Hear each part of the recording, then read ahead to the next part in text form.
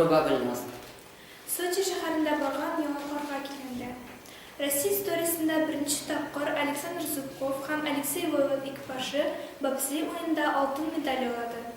Шулай ук Александр Третьяков скелетон уенында, Виктор Ан шорт-трек ярышында алтын медаль алдылар. Татарстан яңалыкларына күчик. Татарстанда мөмкинлекләре чикле кешеләр тормышын җайлау, аларны тиешле шартлар белән тәэмин итү буенча эшчәнлек дәвам итә. Бу елдан башлап республика җитәкчелеге үз алында инфраструктураны инвалидлар өчен өлешчә генә түгел, ә тулысынча уңайлы итү максаты куйды. Әгәр дә ул тормышка ашырылса, 2020 елга Татарстан инвалидлар өчен 90%-ка җайлаштырылган булачак. Министр Наил Мәхдиевнең Берләшкән Милләтләр Оешмасы индустриаль үсеш проектының Россиядәге милли координаты Борис Мельничук белән очрашуда республика районының Куйбышев су саклагычы янында Идел, Кама, Нократ һәм Зөя елгалары яр буйлары зоналарында урнашкан территорияләрдә урманлыклар үстерү чаралар күздән тоткан проект тикшерелде. Татар телен читтән торып өйрәтүче ана теле онлайн мәктәбе проекты турында бүген Татарстан Республикасы Дәүләт Советының Мәдәният, фән, мәгариф һәм милли мәсьәләләр комитеты утырышында фикер алыштылар. Әлеге проект белән КФУның филология һәм мәдәни-ара коммуникацияләр институты базасында оешкан педагогика фәннәре кандидаты Кадрия Фатхуловна җитәкчелегендә махсус үзәк идарә итә. Системада 299 видеофильм, 10950 аудиоролик, 6795 фотография бар. Проект Татарстан Республикасы милке санала. Татарстанның гражданнар оборонасы эшләр һәм гадәттән тыш хәлләр министры Рафис Хабибуллин үзенең хезмәттәшләрен Советлар Союзы герое Газинур Гафиятуллин истәлегенә мәңгеләштерүгә өлеш кертергә өндәде. Герой якташыбыз Бөек Ватан сугышына киткәнче әле авылда яшәгәндә янгын сүндерүче булып та эшләгән икән. Мин барлык хезмәттәшләремне үз хисапларына Газинур Гафиятуллинның берәр һәйкәленә яхшы һәм лаеклы дәрәҗәдә ремонт ясатырга чакырам. Бу күңел өчен һәм фашизм өстеннән җиңүнең 70 еллыгына Татарстанның барлык коткаручыларына кечкенә генә бүләк булсын.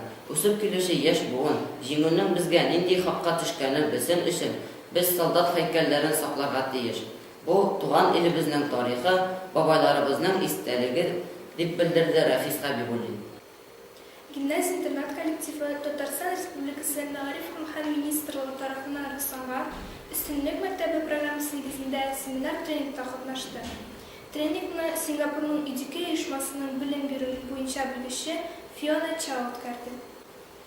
Тин һәм технология укытучысы Сибгатуллин Ришат Тимошаев улы технология фәне буенча Молоток халыкара конкурсын оештырганы һәм җиңүчеләрне әзерләгән өчен диплом белән бүләкләнде. Шулай ук тормыш иминлеге нигезләре фәне буенча Татарстан Республикасының юл укытучысы конкурсының район этабында Сибгатуллин Ришат Тимошаев улы җиңеп чыкты. Ватанны саклаучылар көне һәм совет гаскәрләренең Әфганнан чыгарылуына 25 ел тулуга багышланган иң төз мәргән ату ярышында гимназия-интернат командасы беренче урынны яулады. Район үзәгендә алдынгылар сөте узды. Бу бәйрәмдә 2013 ел нәтиҗәләре буенча беренче урынны яулаган гимназия-интернат бүләкләнде. Казан шәһәрендә Бөтенроссия олимпиадасының региональ туры узды. Анда 10-нчы сыйныф укучысы Шәйхин Айдар тарих фәне буенча, 9-нчы сыйныф укучысы Анам Вдиләфрүз инглиз теле буенча җиңүче исемен яулады. Аларга Бөтенроссия этабында уңышлар телибез. 4-нчы сыйныф укучысы Солтанов Марат өстәл теннис ярышларында беренче урынга ия булды. Ел сыйныф җитәкчесе 2014 республика күләм конкурсының район этабында гимназия-интернатының инглиз теле укучысы Әюпова Ләйсән Рәшит кызы җиңеп чыкты. Аңа конкурсның зона этабында уңышлар телибез. Шуның белән безнең бүгенге тапшыруыбыз тәмам. Киләсе очрашуларга кадәр